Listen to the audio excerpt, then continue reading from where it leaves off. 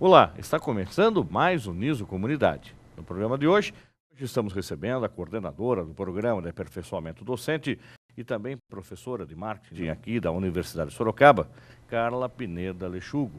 Senhora Carla, muito obrigado pela sua presença. Como de praxe no nosso programa, a gente quer conhecer um pouco mais o nosso entrevistado. Qual é a formação da senhora? Primeiro quero agradecer o convite que foi feito, né? Dizer que é uma satisfação estar aqui para falar um pouquinho tanto da minha carreira como desse programa de aperfeiçoamento docente, né? Bem, eu sou formada em administração de empresas, me formei em administração, isso em 91. Por onde? Eu fiz na FKB, na Fundação Carnegie Bazarian, em Itapetininga, onde eu morava na época. Logo depois, eu fiz uma especialização em metodologia do ensino superior, também lá em Itapetininga. E ali comecei a trabalhar como professora. Na época, antes de trabalhar como professora, eu trabalhava na Ford, no campo de provas em Tatuí, e trabalhei por muito tempo lá. E aos 27 anos, eu descobri que minha vocação era trabalhar como professora. E aí comecei a mudar um pouco o perfil de estudos e o planejamento da minha carreira, né? Então, por isso fiz um curso, depois da Faculdade de Administração, de Metodologia do Ensino Superior, porque eu percebi que eu precisava, então, entender um pouco essa dinâmica da educação para poder, então, trilhar esse percurso da docência, né? Depois dessa especialização, eu comecei em 2003 o mestrado, também na área da educação, e isso me motivou para vir para Sorocaba. Eu morava em Itapetininga, meus pais continuam lá ainda, e eu voltei para Sorocaba porque eu sou nascida em Sorocaba, eu sou sorocabana. E em 2003 eu voltei para Sorocaba por conta do programa de mestrado em educação da Uniso. Então, eu comecei a fazer o mestrado aqui na Uniso e por conta dessa inserção no programa é que me convidaram para dar aula aqui na Uniso. Então, foi bacana porque eu vim para estudar e acabei me tornando professora na instituição. Atualmente eu faço doutorado aqui também na universidade e, enfim, eu tenho até 2015 para poder terminar a minha tese, mas tenho bastante motivação para estudar e para continuar essa jornada. A dissertação da senhora do mestrado foi em qual assunto? Eu trabalhei muito tempo dando treinamento em empresas, né? Eu trabalhei no Senac por muitos anos e o Senac foi uma instituição que me permitiu ter uma experiência de empresa muito grande. Eu trabalhava com cursos em company, com consultorias, enfim, na região de Itapetininga. Eu fiz praticamente quase todo o estado viajando pelo Senac. E eu percebia na prática do trabalho, dessa organização do trabalho, uma relação bastante desumana, ainda contemplando um modelo de gestão bastante arcaico, retrógrado.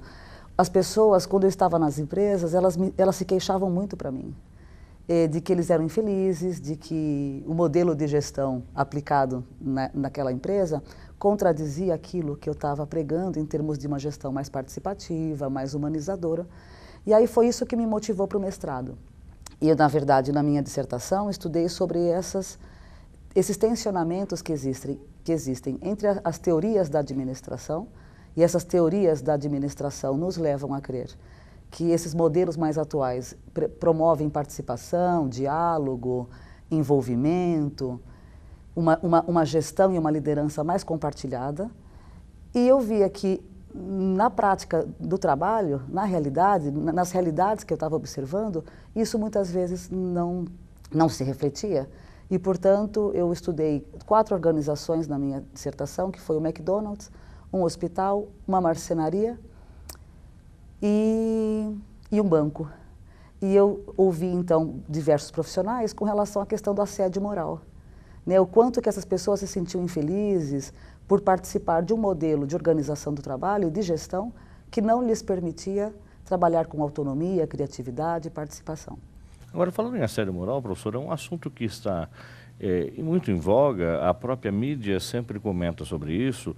Qual é o conceito do assédio moral? Quando o chefe, exige de um funcionário uma atitude mais contundente no trabalho, uma participação mais ativa, isso pode ser levado como assédio moral ou numa uma disputa para aumentarem as vendas, aqueles que eventualmente não conseguiram um resultado positivo, pagam mico como algumas empresas acabam fazendo, tem que fazer umas exercícios, umas bobagens, andar pendurado com um cartaz no pescoço.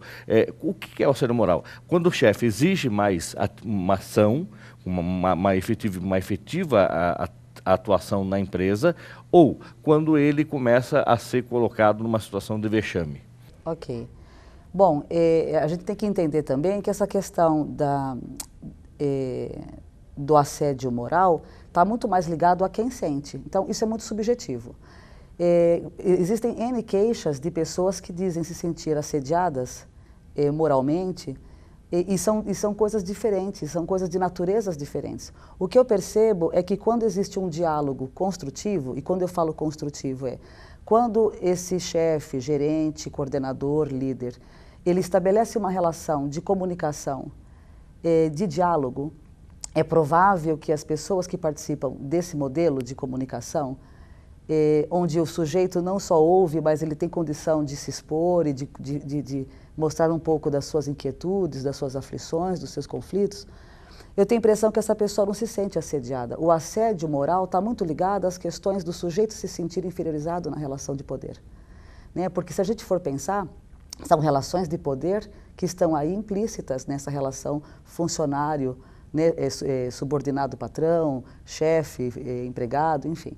Então, quando essas pessoas se sentem humilhadas, se sentem diminuídas, se sentem constrangidas frente, principalmente a um grupo que os assiste, isso pode caracterizar assédio moral. Mas lembrando que ainda a gente tem uma parcela muito pequena dessa realidade à amostra, porque as pessoas temem muito, né, denunciar esse tipo de coisa e tudo mais. Mas eu penso que quando o líder, o chefe, o coordenador, gerente, qualquer cargo que a gente queira intitular aqui, ele cobra resultados maiores, isso não significa assediar alguém. Eu acredito que as pessoas precisam ter um desempenho previsto, né, que justifique, inclusive, a função dele naquele lugar. Mas é a forma como se cobra, eu acho que pode mudar muito de líder para líder. E numa dinâmica, por exemplo, então você faz a dinâmica e você apresenta os resultados do mês. Então aquele que eventualmente não conseguiu o bom resultado, tem que colocar uma camiseta colorida, ou tem que pendurar um cartaz no pescoço, ou que eventualmente possa chamar a atenção, por mais que seja só naquela dinâmica. Obviamente ele não vai sair dentro da loja, do comércio, da indústria, com esse tipo de vestimenta, de chapéuzinho, enfim. Isso pode ser considerado assédio moral daí? Veja, talvez pelos participantes eles não tenham essa consciência, talvez.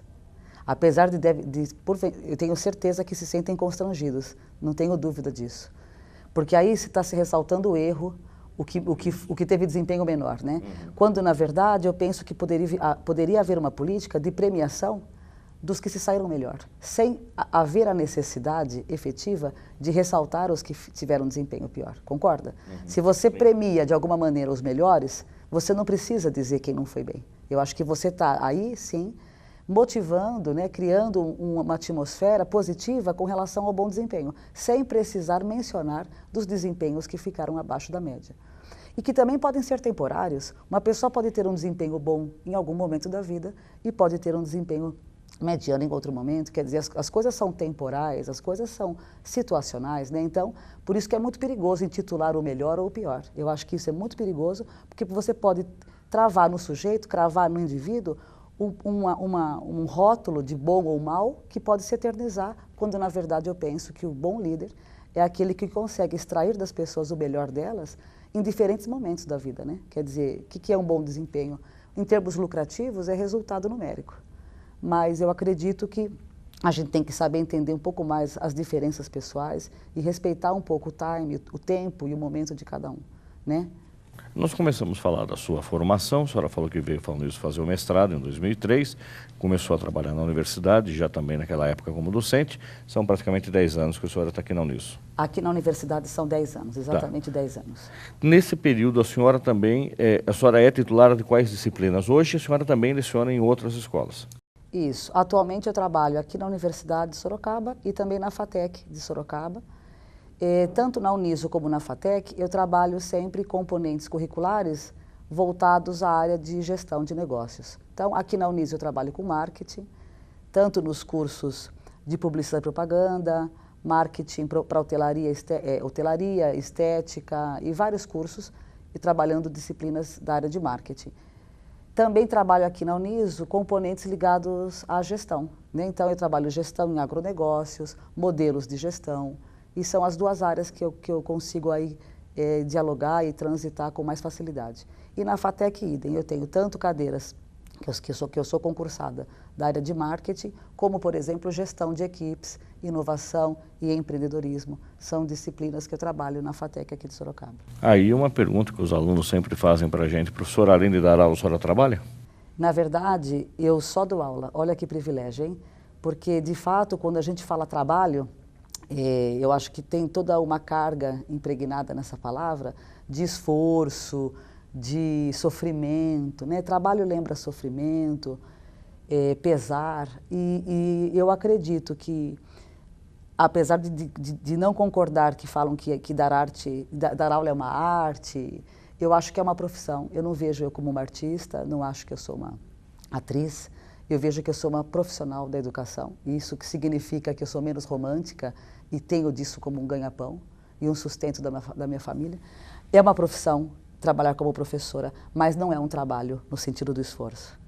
Também hoje a senhora está com a carga completa das aulas. Eu tenho 40 horas aulas, isso. Por semana, era impossível. Por semana. Uma consultoria ou outra, a senhora consegue até não, atender? As únicas coisas que eu tenho conseguido fazer esporadicamente são cursos de pós-graduação, que eu trabalho no Senac aqui de Sorocaba também, eles me convidam para trabalhar alguns módulos daí de gestão estratégica de negócios. Mas assim, como é de sábado, às vezes eu tenho como atendê-los. Mas durante a semana eu tenho dedicado tanto às aulas quanto ao doutorado. Agora nós estamos falando sobre o marketing, que é a disciplina que a senhora ministra. A gente falou do assédio moral, foi que a senhora trabalhou na dissertação de mestrado. A sua dissertação, a sua tese de doutorado, a senhora já tem o foco? Tenho sim, Fernando. E na verdade, também nasce um pouco dessa inquietude do mestrado, porque foi assim, quando eu terminei o mestrado, eu tive contato com alguns professores que trabalhavam com componentes da área de administração, para ver como que eles trabalhavam essa questão da dicotomia entre a teoria e a prática em sala de aula. E eu percebi que nessa conversa com alguns professores, eu acabei percebendo que havia um certo distanciamento de alguns professores com relação ao contexto do aluno, ao cotidiano que ele vive, né? Quer dizer, se eu ouvia isso nas empresas, que muitos dos funcionários se sentiam profundamente satisfeitos no trabalho, será que esse professor de administração, como que ele lidava com essas múltiplas realidades que a sala de aula traz? E aí o meu doutorado hoje, ele está ligado sobre a questão da prática pedagógica, de como o professor do ensino superior, ele exerce essa profissão de mediador, de construtor dessa relação de ensino-aprendizagem, né? Eu tenho uma hipótese de pesquisa que as relações entre professor e aluno se dão ainda de maneira bastante cartesiana, conservadora. Eu penso que ainda o professor é aquele sujeito que fala muito e que detém o conhecimento e que é o ator principal dessa peça, né? desse cenário. E eu penso que o professor de hoje ainda coloca o aluno como coadjuvante, quando coloca no palco. Muitas vezes o aluno está ali oculto, numa plateia, não sendo ouvido, não sendo inserido dentro desse contexto de que o aluno também pode ensinar o professor, na mesma medida que o professor também ensina. Então, eu parto do pressuposto que a metodologia de ensino e aprendizagem ainda praticada, hoje no ensino superior, é bastante retrógrada e reflete um modelo que se coloca em qualquer outro segmento de mercado, não só na educação, mas ainda nós estamos com dificuldade de trabalhar um modelo de liderança, seja ele de professor, de pai, seja ele de qualquer outro encargo, de qualquer outra expressão social. Nós estamos tendo muita dificuldade de lidar com esse poder que o professor tem de maneira mais compartilhada. Então, só para explicar melhor isso, no semestre passado, eu ouvi 300 alunos da universidade. Inclusive, foi uma pesquisa muito bacana que fizemos a professora doutora Eliette Jussara e a professora Maria Lúcia Amorim, do programa de mestrado e doutorado. nós ouvimos professores e alunos da Uniso. E aí era interessante porque era uma pesquisa que, de um lado, era fale bem do professor e do outro lado da folha, fale mal do professor. Né? Então, fale bem de um lado e fale mal do outro. Foram 300 alunos e é aberto, daí era uma folha em branco, eles escreviam o que eles bem queriam, né? Eles podiam se expressar de qualquer maneira. E fizemos também com 100 professores da Uniso. Fale bem dos alunos e, do outro lado, fale mal dos alunos. Eu passei janeiro tabulando esses dados, que é bastante complexo, porque é uma pesquisa qualitativa, né? Exploratória, mas foi muito bacana porque eu percebi que a minha pesquisa está começando a criar um corpo teórico e de observação prática interessante. Ou seja, os alunos, a maior queixa dos alunos é sobre a didática do professor. Eles falam, eles mostram que não existe uma relação de ensino, de ensinar e aprender, onde eles se sentem contemplados ativamente, onde eles se sentem evocados a participar do processo. Então, eu vou mostrar, inclusive, essa pesquisa no último PAD desse semestre. Eu vou expor todos os resultados, até para a comunidade acadêmica, né, poder ter o resultado desse trabalho, que envolveu muita gente aqui dentro, mas foi bacana. Então, eu tenho caminhado já para trabalhar com alguns dados dessa linha aí, da ação do professor em sala de aula. Eu acho que é uma questão que a gente pode levantar com o nosso telespectador, o nosso ouvinte, é que quando o professor chega num resultado desse que a senhora está conseguindo, e obviamente conclui um curso de mestrado ou de doutorado, tem que se entregar algo para a comunidade, como essa pesquisa. A partir do momento em que a senhora tabular esses dados, quer sejam positivos ou negativos, para o professor ou para o aluno, enfim, que é uma forma de ver, uma nova forma de pensar, uma nova forma de agir, isso vai ser apresentado. No primeiro momento, a senhora já vai apresentar o resultado dessa pesquisa, como a senhora falou, isso, mas não é o resultado da sua tese do doutorado. Não, é um trabalho parcial ainda. O momento que a tese se conclui, a senhora acredita que isso pode ser aplicado na prática? A senhora acredita que isso vai se transformar num elemento de discussão acadêmico, não só dentro da Uniso, mas como uma referência na educação superior como um todo? Olha, a sua pergunta é excelente, Fernando. Eu acredito que essa é a grande crise das pesquisas voltadas para as ciências sociais, as ciências humanas. A questão não da relevância, porque todo professor que faz uma tese, ele acredita que é relevante. E se não fosse relevante, ele não teria caminhado por tantos anos nesse assunto. Mas um esforço que a gente tem que buscar fazer, e eu concordo com você, é de trazer resultados, resultados aparentes, resultados concretos, que sejam devolvidos para a comunidade. Não só a comunidade da Uniso, como a comunidade de docentes fora da universidade. Então, por isso que cada vez mais está se exigindo dos professores que escrevem uma dissertação, uma tese de doutorado, que eles publiquem artigos. O que é a publicação de artigos científicos? O que é essa cobrança hoje do MEC, em que o professor escreva livro, escreva artigos?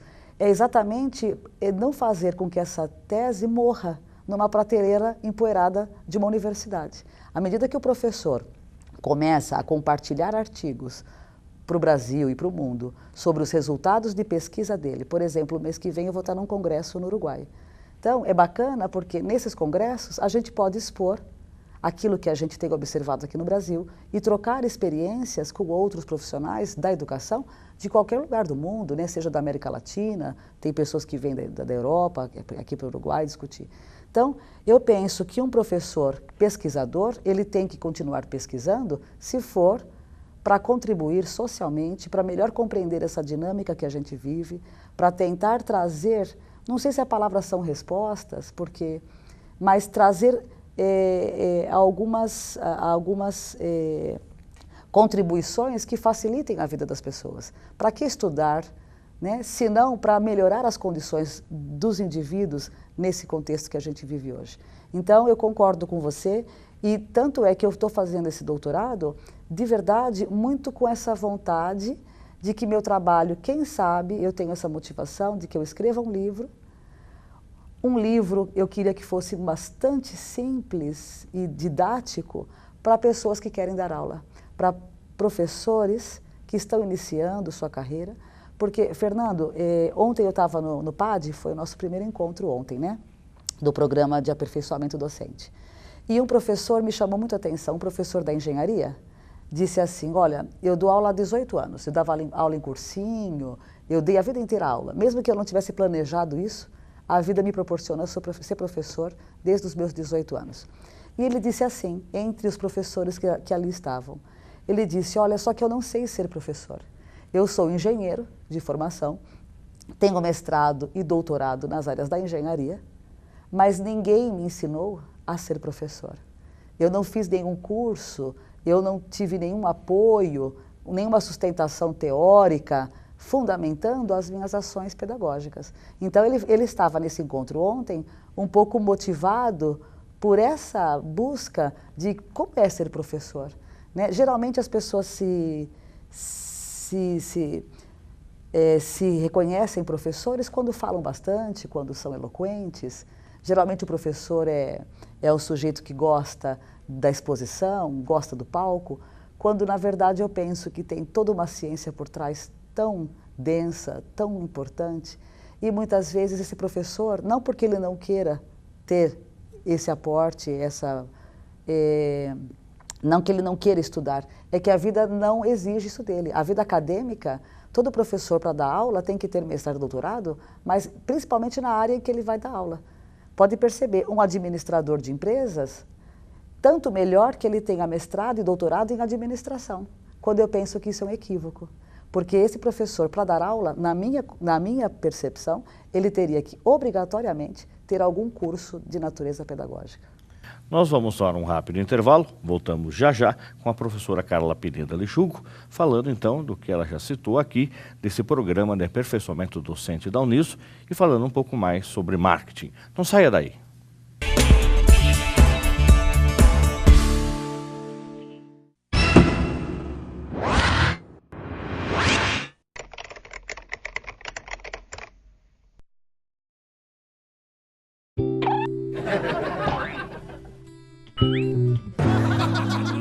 Tá achando graça? Você está achando graça porque pode me ver. Mas já pensou nas milhares de pessoas que não enxergam por falta de doadores de córneas? Não pensou? Então pense. Doe seus olhos e avise a sua família que você é um doador. Nos dê essa alegria. Faça a vida de um deficiente visual mais alegre. Banco de Olhos de Sorocaba. O primeiro porque tem você.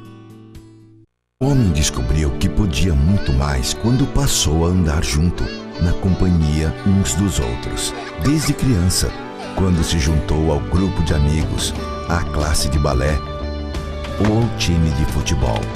Porque juntos podemos cuidar de quem precisa.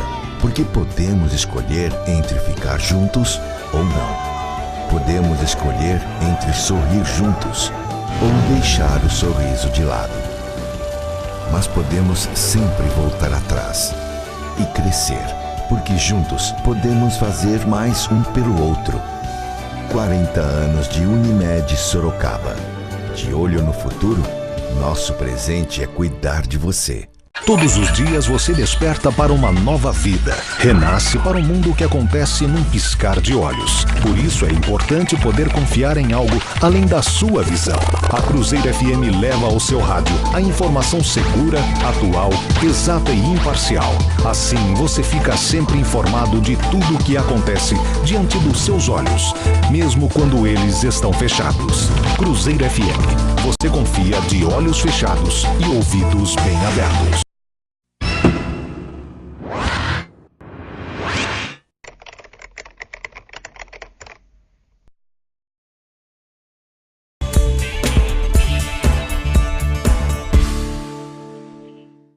No Uniso Comunidade de hoje, estamos recebendo a coordenadora do Programa de Aperfeiçoamento Docente e também professora de Marketing aqui da Universidade de Sorocaba, Carla Pineda Lechugo, doutoranda em Educação. Professora Carla, nós comentamos a respeito da sua atividade profissional, do tempo que a senhora é docente, do seu projeto, do seu programa que desenvolve na universidade, das disciplinas e também da sua dissertação e da sua tese de doutorado. Nós ouvimos muito o termo do chamado marketing pessoal, que eventualmente era um instrumento político, instrumento falso, instrumento de conquista. O que é esse marketing pessoal? Quem é que usa o marketing pessoal e por que se fala tanto da necessidade de se aprender a usar o marketing pessoal e ter essa ferramenta, quer seja já do menino ou menina do ensino médio, que vai pedir o primeiro emprego, o primeiro estágio, e mais ainda para um profissional, que muitas vezes tem que se capacitar em cursos de marketing pessoal para projetarem suas carreiras. Ok, Fernando. Sobre marketing pessoal, muitas pessoas falam e trabalham esse assunto, e eu acho bastante perigoso, porque eu já vi muita gente trabalhando com esse assunto de modo a imaginar que marketing pessoal está ligado só à questão da imagem. As pessoas imaginam, quando fala de marketing pessoal, que você tem que trabalhar as questões da imagem em si, né? Como um produto, pensando aí numa embalagem, que você teria que melhorar as condições de imagem do seu próprio produto, que é você. Quando eu falo que a gente é um produto, não pensa que eu falo isso com tranquilidade, porque isso me deixa bastante triste nesse discurso, de pensar que a gente precisa, enquanto produto profissional, ter que se vender ao mercado, né, e tem que ter atributos de atratividade ao público-alvo. Isso é uma coisa que me deixa bastante preocupada, porque é um discurso bastante perverso e capitalista que nos condiciona a ter que ter um perfil que atenda a uma necessidade capitalista mercadológica. Eu penso que, antes de pensar em marketing pessoal, que é uma estratégia que foi usada muito na política e em qualquer outra área de atividade profissional, mas eu penso que a gente tem que ter uma coerência muito grande, sabe, Fernando, com aquilo que a gente pode ser. Porque uma pessoa pode fazer um curso de 12 horas de marketing pessoal, assim como pode fazer um curso de oratória num fim de semana. Mas isso não significa que ele vai conseguir exercitar isso por muito tempo. Eu acredito que, antes de falar de marketing pessoal, as pessoas deveriam olhar para dentro de si e entender o que elas têm de melhor. Quais são os potenciais que ele tem, enquanto sujeito, enquanto indivíduo, enquanto cidadão, enquanto profissional, né? Quais são meus talentos? E, portanto, começar essa discussão de dentro para fora, não de fora para dentro. Eu não vou dizer, olha, sorria assim, fale desse jeito, ou dê o cartão de visita desta maneira, ou aperte a mão de alguém. Isso não se treina. Eu penso que as pessoas são o que elas são. E esse produto profissional, se você me permite falar de produto profissional, esse ser humano que é alguém que precisa mostrar-se, e quem não se mostra não é lembrado, produto que não é visto não cria vendas. Então, se a gente olhar isso para o lado das pessoas, as pessoas têm que se mostrar, têm que mostrar para que elas estão ali. Elas têm que comunicar seus valores, suas aptidões, desde que essas aptidões existam. E também acho muito complicado, porque se a gente for pensar, marketing está ligado à comunicação, está muito ligada à capacidade de comunicar a existência de um produto ou de um serviço, de uma ideia. Só que eu penso assim, se eu falar para alguém, olha, você tem que comunicar mais, você tem que expor mais suas habilidades e competências, e para uma pessoa que não gosta de se expor e que fala pouco, ela não tem mercado?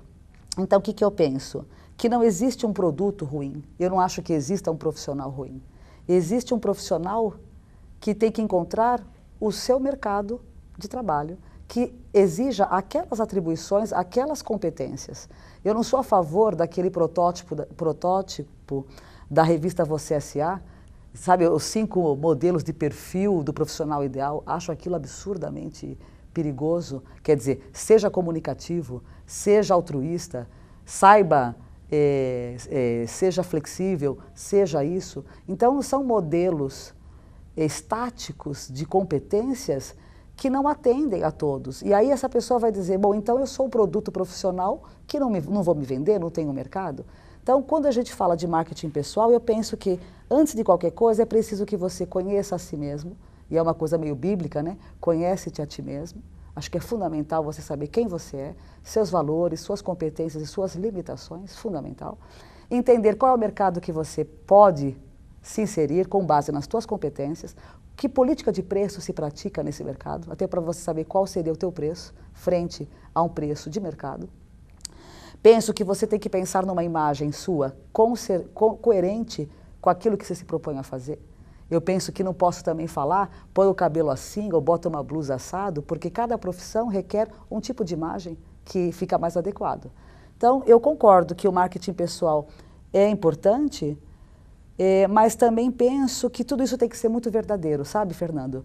Porque se isso for uma conversa e um produto final construído com base em algumas dicas estáticas de como se vender, isso pode seduzir alguns por algum tempo, mas não vende por longo prazo, né? Então, eu penso que é você ser o mais natural possível, não ter vergonha de se expor quando você tem qualidades, você deve dizer, olha, nisso eu sou bom, deixa que eu faça. Eu acho que você não ter medo de se relacionar e de falar com as pessoas, mas eu acho que é respeitar muito as próprias características pessoais, sabe? Eu detesto esse tipo de orientação de bota uma roupa assim ou bota uma roupa assado. Depende, se você se sentir não identificado com aquela roupa, eu penso que mais vale você do que o mercado. Então vamos pensar, professor, até usando desse ponto de vista, desse mercado competitivo que a gente está discutindo. Pega o jovem menino, menina, principalmente o menino com seus 16, 17 anos, que vai pedir o estágio, ele habitualmente gosta de uma roupa mais folgada, de uma roupa colorida, ele usa um piercing, ele usa o boné para trás, e ele é extremamente competente dentro daquilo que ele é o estilo dele.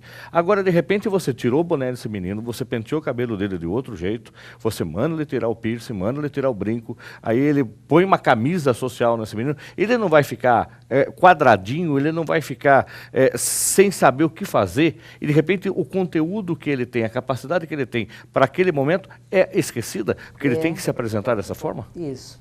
Então, até quando você falava de dinâmica de grupo, a gente pode até resgatar uma questão que você falou no primeiro bloco, mas eu concordo com você. Às vezes a pessoa se despersonifica tanto que o foco principal, que são os talentos dela, acabam sendo sucumbidos por uma ênfase tão grande na questão da estética. Mas eu concordo, Fernando, também, que se um aluno vai procurar um estágio num banco conservador, numa empresa conservadora, né? Então, eu acredito que antes do aluno ir até uma empresa, seja ele como estagiário ou buscando uma função já existente na empresa, ele tem que primeiro conhecer a instituição. Então, quando eu falei conhece-te a ti mesmo, é o primeiro passo. Segundo passo é conhece o outro que você pretende se vender. E se vender, por favor, entenda que também falo isso com bastante cautela, porque a gente, quando fala de vender-se, é uma coisa que para os... quase pode virar um sinônimo de se prostituir, né? Isso, tá? Mas à medida que a gente precisa ter critérios de avaliação que o outro nos exclui, eu acho que é uma forma de subordinar-se ao que o outro quer. Então, eu não sei até que ponto isso não pode ser uma prostituição. À medida que você anula suas próprias convicções e só está atendendo ao que o outro está precisando. Então, eu penso que a gente tem que se compreender enquanto sujeito e dizer quem eu sou, né? Que personalidade eu tenho, o que me constrói em termos de personagem, de personalidade, né? E conhecer a empresa que você está indo. Então, se é uma empresa extremamente conservadora, Fernando, extremamente conservadora, isso no site você vê. Acessa o site e você percebe que a empresa ela é super conservadora. Tenta conhecer alguns que trabalham ali. Tenta. Quem trabalha nessa empresa? Me conta um pouco dessa cultura da empresa. Como que eles trabalham lá dentro e tal. Se essa empresa for conservadora, possivelmente esse boné, o piercing, excessos de tatuagens podem ser mal vistos. Agora, precisa ver se você quer trabalhar lá também. É uma pergunta que você tem que se fazer. Lógico. Eu quero tirar o piercing, o boné, porque eu estou precisando muito. Desculpa boné, desculpa piercing, mas eu estou precisando ganhar um dinheiro e eu vou, então, me submeter a isso? Tudo bem. Então, é ter essa inteligência de se adequar às diferentes situações.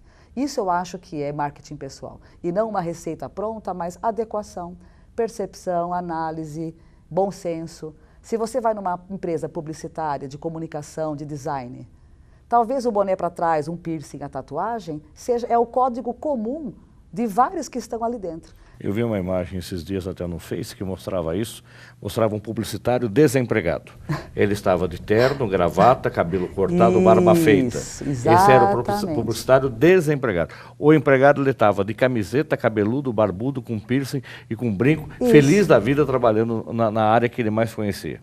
Isso. Então, para você perceber que a gente precisa também respeitar essas limitações da área e as próprias limitações nossas, né? Então, se você é um publicitário, um designer, isso pressupõe uma imagem que é diferente de um economista. E não é questão de preconceito, de rótulo, mas é que, querendo ou não, cada organização, cada instituição tem a sua cultura, tem a sua ideologia, tem a sua identidade, e ela quer contratar pessoas que têm que se assemelham à identidade dela. Então, professora, baseado nisso que a senhora está falando, é para imaginar que quando você pleiteia também um estágio, ou você pleiteia um emprego, eu acho que a primeira coisa que a pessoa tem que ser, este candidato, este eu, tem que pensar, eu quero primeiro ser feliz.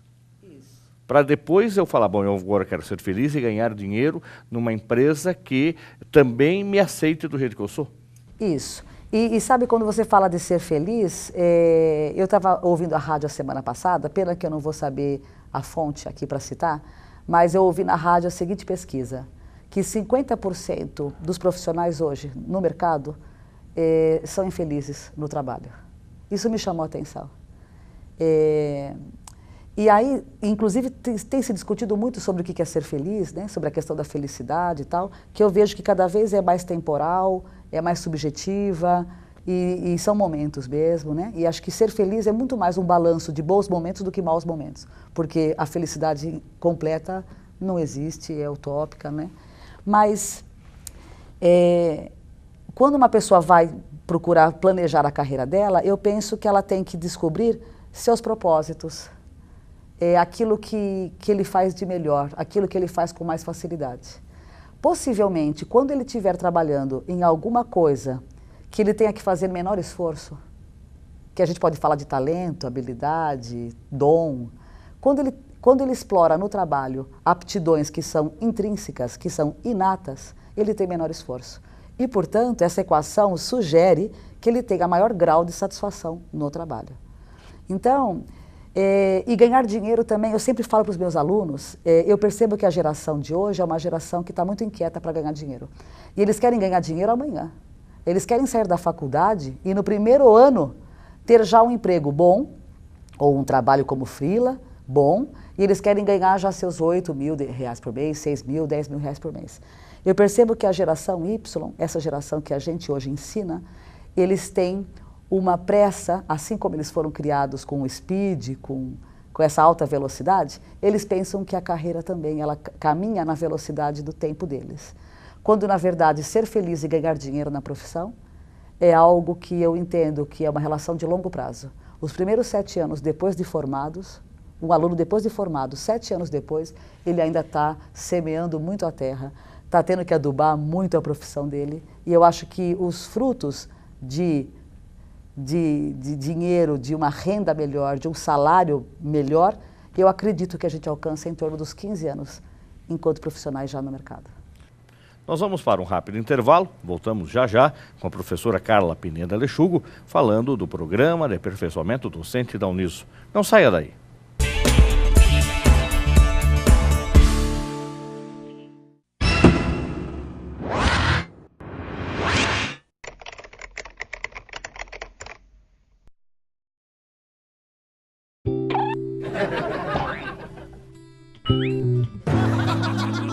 Tá achando graça? Você está achando graça porque pode me ver. Mas já pensou nas milhares de pessoas que não enxergam por falta de doadores de córneas? Não pensou? Então pense. Doe seus olhos e avise a sua família que você é um doador. Nos dê essa alegria. Faça a vida de um deficiente visual mais alegre. Banco de Olhos de Sorocaba. O primeiro porque tem você. O homem descobriu que podia muito mais quando passou a andar junto, na companhia uns dos outros. Desde criança, quando se juntou ao grupo de amigos, à classe de balé ou ao time de futebol. Porque juntos podemos cuidar de quem precisa. Porque podemos escolher entre ficar juntos ou não. Podemos escolher entre sorrir juntos ou deixar o sorriso de lado. Mas podemos sempre voltar atrás e crescer, porque juntos podemos fazer mais um pelo outro. 40 anos de Unimed Sorocaba. De olho no futuro, nosso presente é cuidar de você. Todos os dias você desperta para uma nova vida. Renasce para um mundo que acontece num piscar de olhos. Por isso é importante poder confiar em algo além da sua visão. A Cruzeiro FM leva ao seu rádio a informação segura, atual, exata e imparcial. Assim você fica sempre informado de tudo o que acontece diante dos seus olhos, mesmo quando eles estão fechados. Cruzeiro FM. Você confia de olhos fechados e ouvidos bem abertos.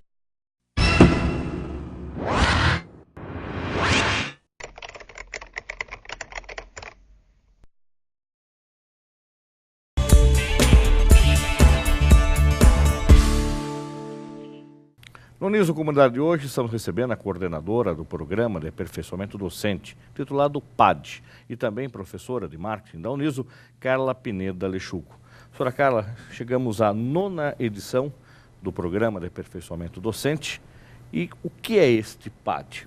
Para quem ele se destina? É somente aos professores da universidade, há participação dos alunos também. O que foi discutido nessas 9 edições que já aconteceram na universidade? Na verdade, são 12 edições. É que nós começamos a contar o primeiro a partir do segundo semestre, né? Esse programa já tem 2 anos. Ele nasceu de um desejo... Eu tinha essa necessidade de discutir um pouco mais sobre o exercício da prática do professor. Eu percebia que a universidade tinha um espaço para discutir isso, né? E aí eu propus com o Fernando Delfiol, o professor reitor da universidade, que nós oferecêssemos um programa que tivesse um ar de continuismo, que tivesse uma pretensão de fazer um projeto de longo prazo, para que os professores se sentissem acolhidos, envolvidos, ouvidos, né? E quem sabe esses espaços pudessem promover aprendizagem coletiva.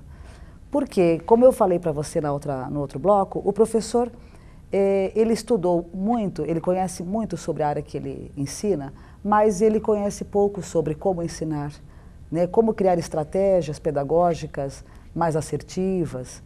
O professor, hoje, ele também tem dificuldade de lidar com uma geração que tem um outro comportamento. Para o aluno, o que é respeito é diferente do que é respeito para o professor. Então, existe muito conflito nessas relações de sala de aula, né?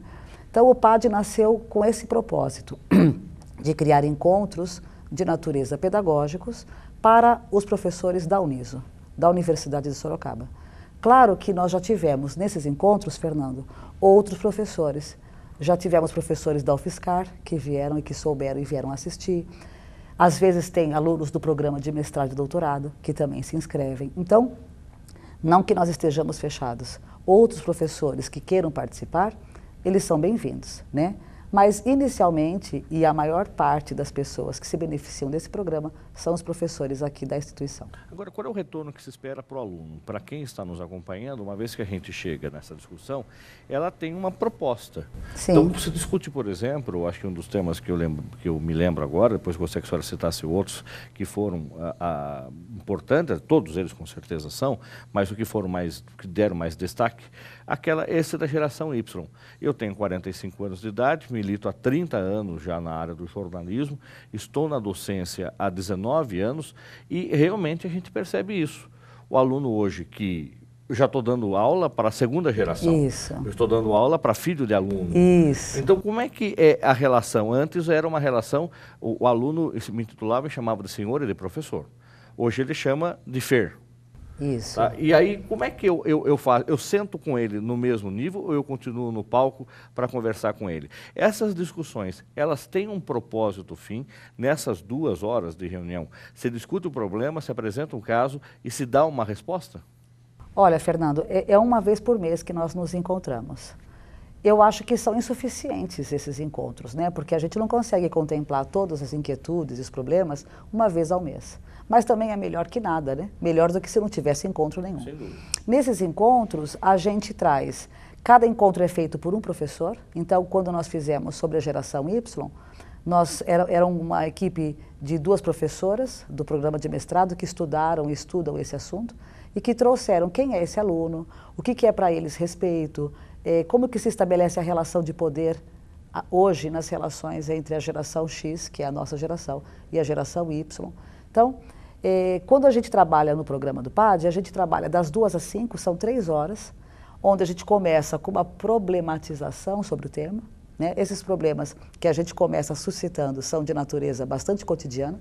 O PAD tem uma característica de ser mais prática do que teórica, não que nós não tenhamos um aporte teórico para discutir algumas coisas, mas ele está muito voltado às inquietudes, aos problemas que os professores enfrentam na sala de aula. Então a gente começa com essa problematização das relações de professor e aluno, das relações de afetividade, né, de troca, e aí geralmente a gente coloca os professores que estão participando para expor sobre os diferentes problemas que eles têm enfrentado sobre aquele assunto, e daí no terceiro momento a gente começa a criar algumas relações de tentar ajudá-los com algumas sugestões, algumas leituras, vídeos, filmes. Então a gente acaba socializando alguns textos, saberes, experiências, para tentar amortizar, tentar amenizar alguns sofrimentos, algumas decepções, frustrações dos professores, tá? Então, qual é o benefício que isso traz para a comunidade, por exemplo, para os alunos? Eu entendo que a longo prazo a gente pode criar um corpo de professores que começa devagar e lentamente a se encorajar para uma prática pedagógica mais construtivista, de menor poder e de mais intersecção com os alunos. Quando você falou como devo me comportar, né? Hoje eu sou o Fer, e se a gente quiser de novo estabelecer uma relação de poder autoritário, esse aluno nos abandona.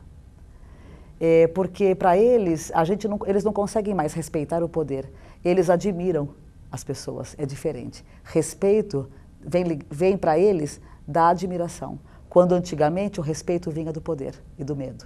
Então esse aluno, quando você quer enfrentá-lo e quer se impor nessa profissão do professor, olha, eu sou professor e você é aluno, isso se estabelece como uma relação de hierarquia, os alunos de hoje e os futuros alunos não vão mais aceitar essa subordinação, não porque eles são mal educados, porque eles aprenderam a respeitar as pessoas, independente da hierarquia que elas estão. Então, o papel do professor já não tem mais um encargo de medo, de pavor e de respeito, no sentido mais formal da palavra, como nas gerações anteriores.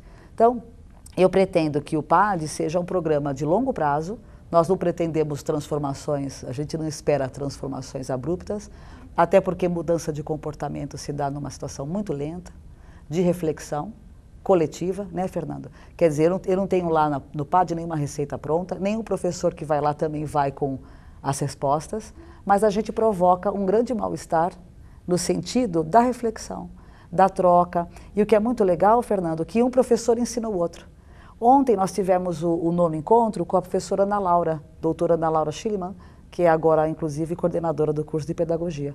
Ela fez um trabalho brilhante ontem com os professores, onde os professores falaram mais do que ela. Quer dizer, ela apenas como mediadora das relações que o professor tem vivido. Então, um professor acabava compartilhando o que ele tem aprendido nesse exercício da docência, e aí um ajuda o outro a pensar, a corrigir os erros do processo. Então, na verdade, não é um grupo de ensino, é um grupo de aprendizagem coletiva. Tá? O PAD poderia ser um programa, não de aperfeiçoamento, mas um programa de aprendizagem docente. Eu acho que lá o professor se coloca como aprendiz. E a escolha dos temas, professora Carla, como é que isso acontece? É uma proposta que vem da senhora como coordenadora ou dessa angústia que a senhora sente dos professores nos corredores, na sala de aula, na sala dos professores? Como é que, da onde vêm esses temas? Um dos temas que eu achei que foi interessante também, que eu não pude participar, mas vi o tema, que era a relação afetividade professor-aluno. Aquele aluno que, de repente, ele se apaixona por você, não só como docente, como homem, como mulher, e como pai ou como mãe. Acontece esse tipo de coisa também. Isso. Como é que nascem esses temas? Olha, Fernando, nascem da informalidade do cafezinho na sala dos professores. Uma vez eu estava tomando um café no intervalo de aula e um professor de direito falou, olha, eu tenho um problema de voz. Eu começo a dar muita aula, eu tenho um problema de afonia que fala, né? De ficar afônico e tal. Ele falou, puxa, a gente podia um dia trabalhar no PAD? Você podia pensar numa oficina de voz, né? Eu falei, legal. O professor Roberto Gil Camargo que esteve ministrando isso. Foi fantástico. Daí, por exemplo, teve um outro dia, uma professora falou, ai, Carla, eu tenho feito PowerPoint, eu tenho desenvolvido alguns slides de PowerPoint, mas eu percebo que eles estão tão toscos frente a essa geração que domina. Então, será que você não poderia trabalhar um dia alguém que falasse sobre como construir slides de maneira esteticamente mais adequados? Daí eu fiz o contato com uma professora, que é a professora Carla Salles, que na próximo mês vai falar sobre como desenvolver slides para a sala de aula atraentes, tal, né? Porque ela é designer, ela é publicitária, ela trabalha muito bem com isso. Então, na verdade, não sou eu que coloco esses temas, senão dos professores que, inclusive, como sabem que eu estou mediando esse trabalho, eles vêm até a mim e falam, olha, queria tanto que houvesse um espaço para falar sobre tal tema. E quando eu percebo que um professor vem falar, e eu percebo que isso, então, se um veio falar, é provável que exista uma amostragem de professores aqui dentro, que também tem essa mesma angústia. Então, é do professor, nasce dos professores, eu não penso sozinha isso. Lembrando que nós estamos com o universo hoje de professores e quase 400 profissionais. Isso, nós temos 400 professores hoje. São 65 cursos que a Uniso oferece nas mais variadas áreas e, consequentemente, nós temos essa situação. Aquele que tem a pedagogia da aula, que eventualmente já passou por cursos de qualificação e capacitação, tem aqueles profissionais, como a senhora sempre estava comentando aqui no nosso programa, que ele tem uma formação, uma titulação na área e pode ser esplêndida, porém a metodologia de ensino pode ser difícil de transmitir isso aos alunos. Tem esses conflitos de gerações, alguns professores um pouco mais velhos que não admitem esse tipo de comportamento do aluno.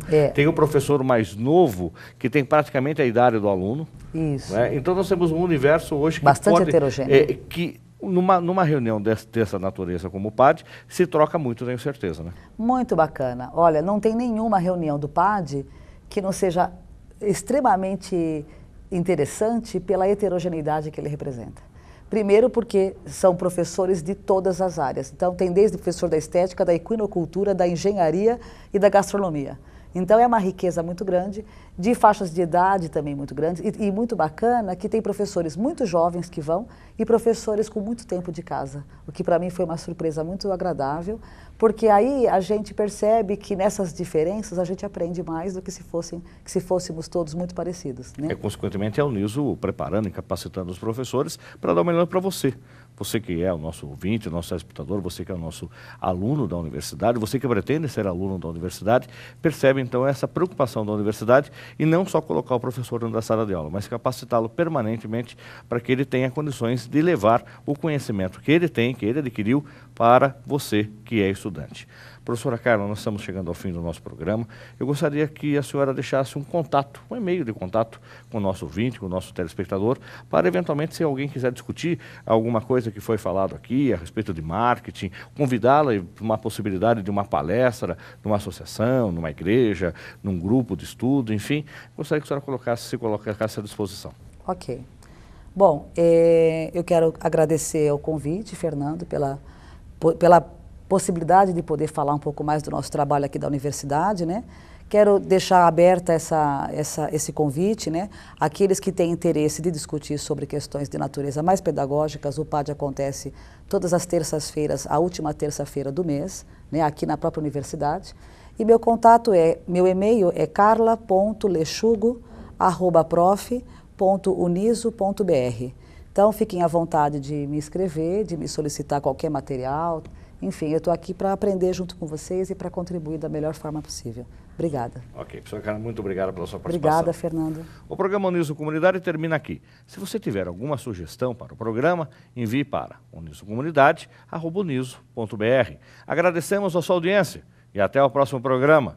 Até lá!